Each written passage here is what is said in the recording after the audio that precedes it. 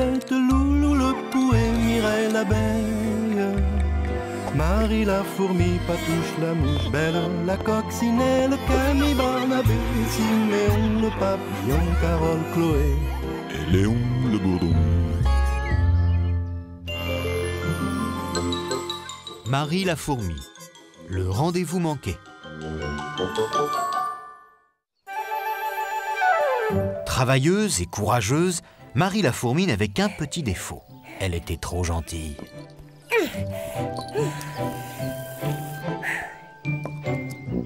Oh Marie, tu peux venir me donner un coup de main? Je voudrais juste changer mon armoire de place. Ça serait avec plaisir, Huguette, mais je dois à tout prix rejoindre les autres fourmis avant la nuit. Oh, juste 2 minutes, c'est promis. Une demi-heure plus tard, Huguette n'avait toujours pas trouvé l'emplacement de sa lourde armoire. Elle changeait d'avis tout le temps. Peut-être plus à gauche.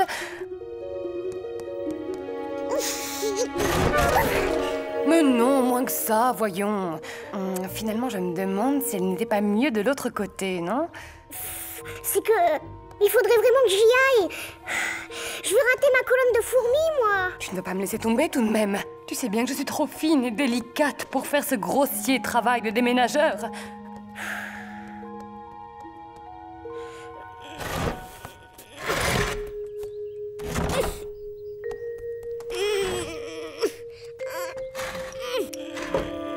Parfait. Tu vois quand tu veux. Bon, alors je file.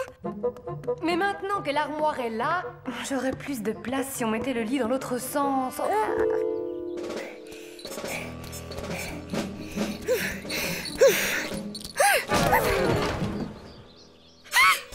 Elles sont déjà parties. Plus possible de rentrer à la fourmilière. Persuadée d'avoir commis une faute extrêmement grave, Marie imaginait déjà qu'au matin, la reine des fourmis la punirait très sévèrement. Et cette nuit, où est-ce que je vais pouvoir dormir? Je suis terriblement désolée pour toi, ma petite. Mais pourquoi reviens-tu ici? Tu as oublié quelque chose? Non, je voulais juste savoir si tu ne trouves pas que les nuits sont fraîches? Oui, on approche de l'hiver, mine de rien. Je me sens un tout petit peu fatiguée. Fais une cure d'étamine, ça fortifie. Faut dire que je n'ai pas eu le temps de manger aujourd'hui. Tu as faim? Quel dommage. Pour ne pas être tentée, je ne garde jamais la moindre miette à la maison. Je suis tellement gourmande. Petite Vénarde, toi qui es dodue et courte sur pattes, tu as la chance de ne pas connaître ce genre de problème. Je te raccompagne jusqu'à la porte. Si, je te dois bien ça.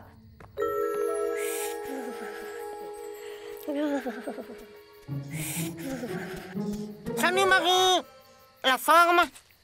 Tu viens chez moi, j'ai préparé un de ces repas, tu m'en diras des nouvelles. Non, merci Patouche, je n'ai pas faim. Tant pis, ce sera pour la prochaine fois. Marie mentait par politesse, mais à trop faire de manière, elle risquait de mourir de faim. Finalement, si tu insistes, je suis d'accord. Alors à table. Mais t'es sûr que ça te gêne pas? Sans moi, ce fumet. Un délice pour les trous de narines. Qu'est-ce que c'est? Une tarte à la crotte de ver de terre. Tu verras comme les crottes sont bien croustillantes. Il faut que je parte tout de suite. Ah bah pourquoi? Quelle mouche te pique? J'avais complètement oublié que je devais rapporter d'urgence une cerise à la fourmilière. Mais c'est pas la saison des cerises, hein?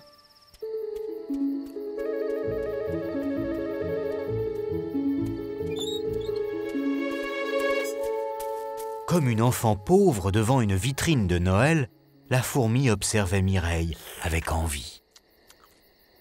Oh. Marie, mais qu'est-ce que tu fais ici en pleine nuit?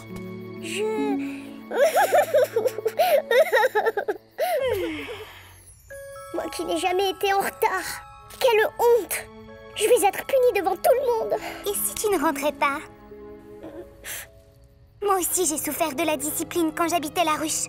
Mais un jour, j'ai eu le courage de partir. Révolte-toi. Mais... quitte cette fourmilière et construis ta propre maison. Tu as raison. Jamais plus je ne retournerai à la fourmilière. Dans mes bras, tu es ma sœur.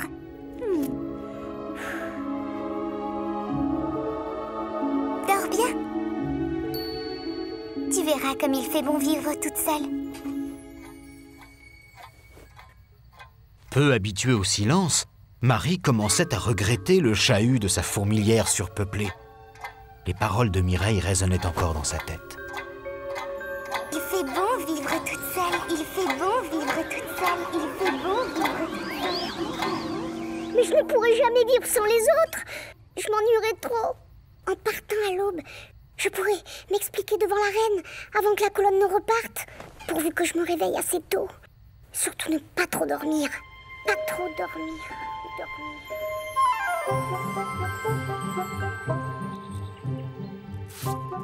Quelle heure il est? Midi passé. Pour ta première journée de liberté, je ne voulais pas t'empêcher de faire la grasse matinée. Marie?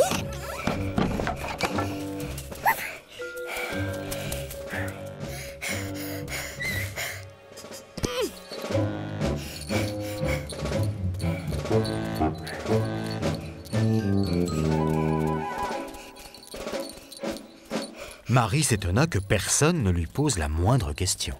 Elles veulent plus me parler. Elles ont trop honte de moi. Elle est très en colère. Qui ça? La reine, voyons. Et pourquoi ça? Vous n'avez rien remarqué? Et la reine non plus? Remarquez quoi? Ben non, rien. Hé, attendez-moi! Si un jour vous croisez une fourmi pressée, surtout n'essayez pas de la retarder. Vous risqueriez de lui faire passer une nuit très agitée.